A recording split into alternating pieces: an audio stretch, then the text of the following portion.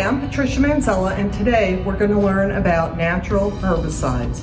Are you tired of the pesky weeds in the cracks of your walkways and patios? Do you want to use a more natural weed killer? You can create your own with items you have in your home right now. Here's what you'll need. Household white vinegar, a bucket or other large container, table salt or rock salt, a long-handled spoon,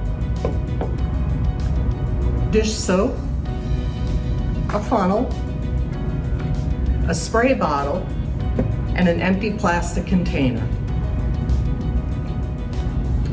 Pour 1 gallon of white vinegar into a bucket. Everyday white vinegar is fine for this formula.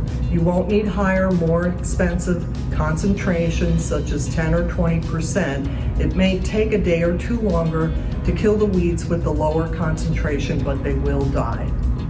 Add 1 cup of salt. Stir the solution with a long-handled spoon until the salt dissolves completely. Stir in 1 tablespoon of dish soap.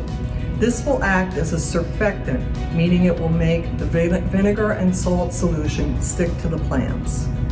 Blend completely. Then funnel the weed killer into a plastic spray bottle. Soak the weeds with the solution on a dry, sunny day. Coat all surfaces with the spray. Any plants soaked with this solution will die within several days. They won't be back, and nothing else will ever grow there, so be really careful where you spray.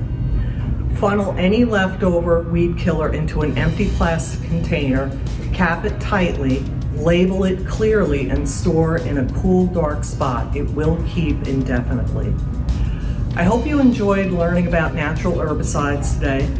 Please leave a comment or like us on our Facebook page. This is Patricia Manzella saying thank you. Have a good day. For more information, visit nnpl.org.